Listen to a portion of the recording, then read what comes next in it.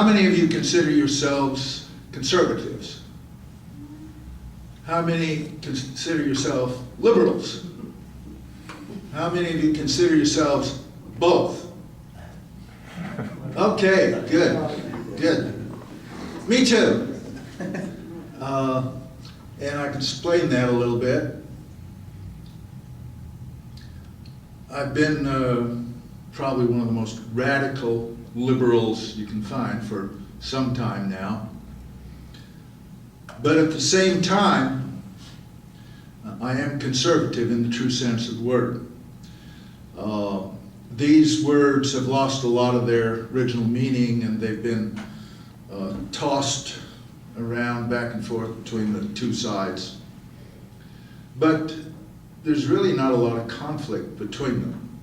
True conservatism is exemplified by Senator Bob Taft of Ohio, who was called Mr. Republican at the time. And he stood for three things: fiscal responsibility, avoidance of foreign military entanglements, and protection of the individual rights of American citizens.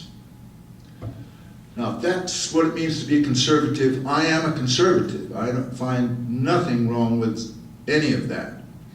And I find no conflict between believing in those things and the social conscience and the dedication to love one another that I identify with being a liberal.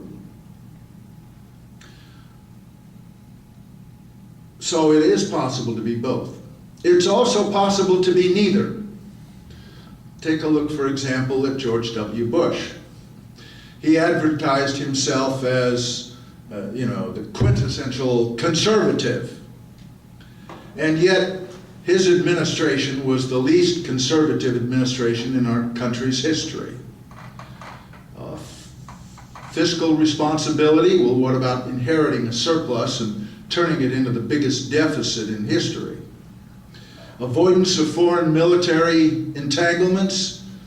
Cheney and Bush got us into more foreign military entanglements for less reason than anybody in our history.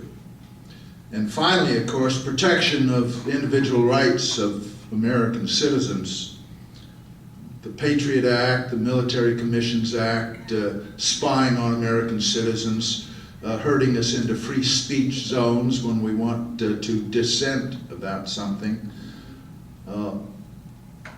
They did more to destroy all three of the pillars of conservatism than all previous presidents combined, and indeed all our enemies combined. And of course, neither was George W. Bush a liberal by any stretch of the imagination. So it is possible to be both, and it's possible to be neither. My organization, the Patriots, we claim to be both in the best sense of the word. We stand for a government that follows the Constitution, honors the truth, and serves the people. Now, problem is we in this country have been divided artificially for far too long into left and right, liberal and conservative, Democrat and Republican. The billionaires, the bankers, those who own both major political parties, at the high level at least, they've done this purposely for a couple of reasons. One, they get us fighting against each other instead of coming together to resist them and take back our country. And secondly, they do it to give us the illusion that we have a choice. They want us to think that we have a choice between two very different political parties. And to make this illusion, they take these two political parties and they say, well, let's see now. You guys be for abortion, you be against it. You be for gay rights, you be against it. you be for school prayer, you be against it, you be for gun control, you be against it. They divvy up the hot button issues that divide us. And what those issues have in common, in addition to the fact that the federal government probably has no business mucking around with them anyway, is that the billionaires could care less how it turns out. Those issues do not affect their bottom line. But on issues that matter to them, going to war to secure a gas pipeline so they can get trillions of dollars worth of gas from the Caspian Sea to their tankers in the ocean, or signing a trade deal to drive down wages and drive up profits. On issues like those, they make sure the Democrats and Republicans are identical, and they have been. Remember, it was Bill Clinton's administration that gave us NAFTA. And it was Al Gore, the hero of the environmental movement, that was the hatchet man for the Clinton administration, cramming NAFTA down the throats of a reluctant Congress. So, on those kinds of issues, party doesn't matter. It was also, when you think, well, gee whiz, Bush got us in Afghanistan, Bush got us in Iraq, Bush this, Bush that. It was Clinton who was responsible for the rape of Yugoslavia, 70 days of bombing Kosovo, against the Constitution, against the War Powers Act, against specific votes of Congress. Did he get impeached for that? Of course not.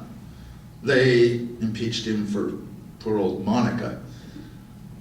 They wouldn't impeach him over the real offenses because their common masters wanted that done.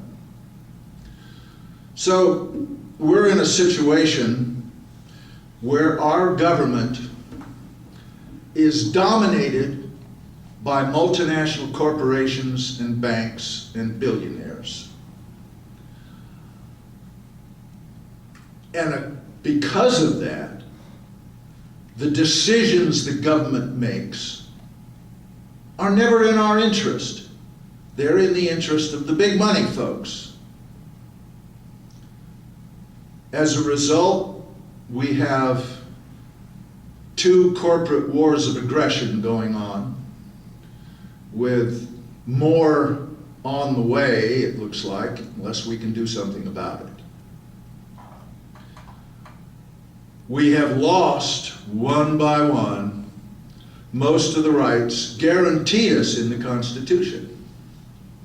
Now, these rights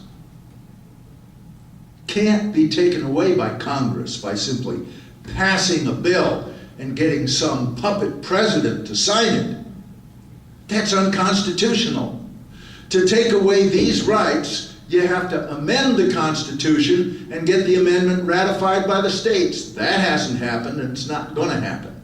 But they pretend that the Patriot Act and the Military Commissions Act are real.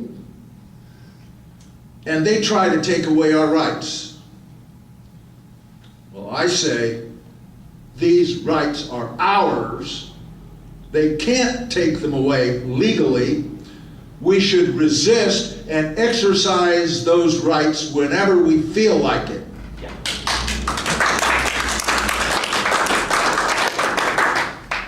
And the more of us, the better.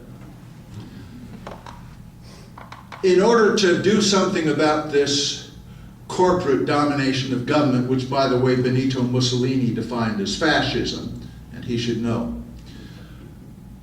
This corporation domination of government has resulted in all of these evils, plus a lot more. One of the other evils that has resulted is relative poverty for the American people. We, the American people, and the working people of America, ought to be in Fat City by now.